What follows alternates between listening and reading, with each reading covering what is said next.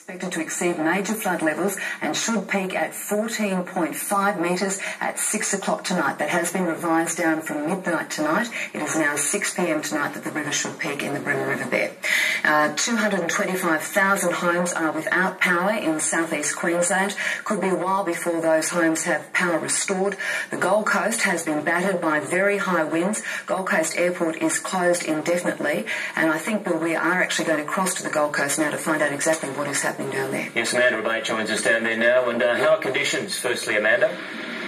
Well, Bill, the rain has eased fortunately right now, but those winds are still very strong, 80 to 100 kilometres an hour. We've seen some incredible pictures down on the southern end of the coast at Burleigh this morning. Waves have just been crashing through the glass windows of beachfront restaurants there and flooding the car parks. We've seen foam washed up over parks and sand has been blown over cars and roads.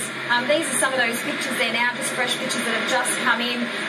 The wave heights have actually doubled, more than doubled since yesterday. Offshore, the seas are raging. We've seen peaks of more than 12 metres this morning. So, of course, beaches are closed again today. There is absolutely no way anybody should be heading out into the surf. Treacherous conditions, strong rips.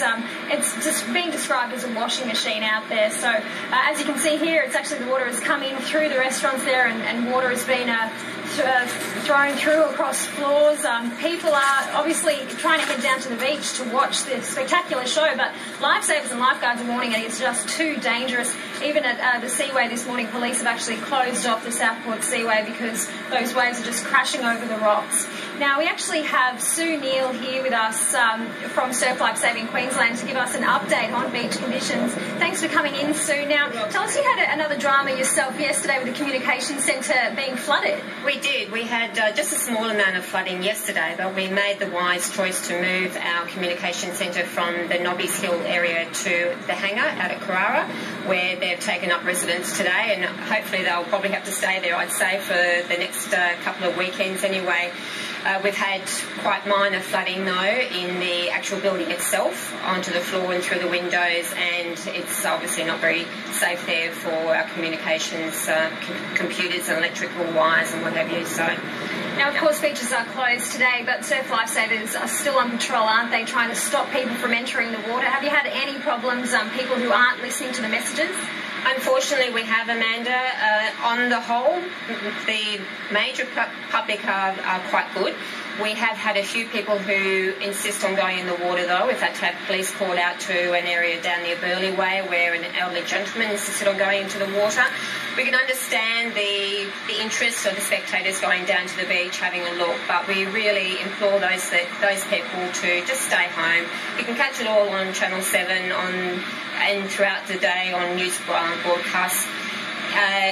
Despite the fact that it was high tide over 2 hours ago, we're still getting a lot of heavy, powerful wave surges that are going right across the boardwalk. So even just walking on the boardwalk is very dangerous. So we're just imploring everyone to be careful of their environment and to just be very safe and stay well away from the beach areas. We have seen conditions deteriorate over the past 3 days. I think today it seems to be at its worst. What does it look like in the days ahead? Will conditions start to ease tomorrow? I think that's up to the Bureau to let us know that, but I would imagine that the beach conditions would be pretty much the same over the next couple of days. Warren Young will probably close the beaches, I would imagine, for the next 2 days. There's a lot of debris floating around in the water. All the shark nets and meshing equipment have been uprooted and up-anchored and floating around in the water and on the beaches. So it's quite dangerous out there. With all the rivers flowing very quickly into the water as well, we don't know what's out in the water. So I would say that the beaches will be closed for the next couple of days, Amanda. Okay, and now there was a high tide, 1.7 metres above a normal tide at 9 o'clock this morning. The tide is going out, so we're starting to see what's left behind the beaches. How bad is the erosion? We've had significant erosion all the way along the coastline. There are some worst areas, and those are Broadbeach, Miami, Nobbies, North Burleigh, and Tugun have seen quite significant amounts of erosion. All beaches have said that they've had waves surging right up to the sand dunes, and we've had anything from 1.5 to a 3 metre drop. So again, the sand dunes are very unstable, so even just standing anywhere near the edge of the sand dunes, we ask people to stay well away from that. and for parents to keep watch of their children as well. Okay, thanks so much, Sue Neal from Surf's Life Saving Queensland for joining us. Of course, those gale force winds remain very strong here, so it's not just the beaches. We've also seen awnings torn from high-rise buildings, glass is being shattered, showering onto the streets below. So the message is stay indoors, avoid any unnecessary travel, and just use common sense here. Yes, Amanda, we just heard that a pane of glass has fallen out of a Q1 building, a very tall Q1 building on the coast from the 48th floor. Obviously a dangerous situation, and the wind is still quite strong down there. Just wondering if you could paint a bit more of a picture for us. We saw the dramatic shots there of that restaurant, Misha's, being inundated with water. Could you paint a bit of a better picture as to where it is and tell us about it? Yeah, sure. That's at Burleigh, so it's a very popular restaurant, and it actually is. It's quite used to these storm surges. It does usually see water come through on the high tide. They're used to it. However, what we've seen today with those waves just crashing, breaking those glass windows, it's incredibly dangerous, and I think it's taken everybody there by surprise.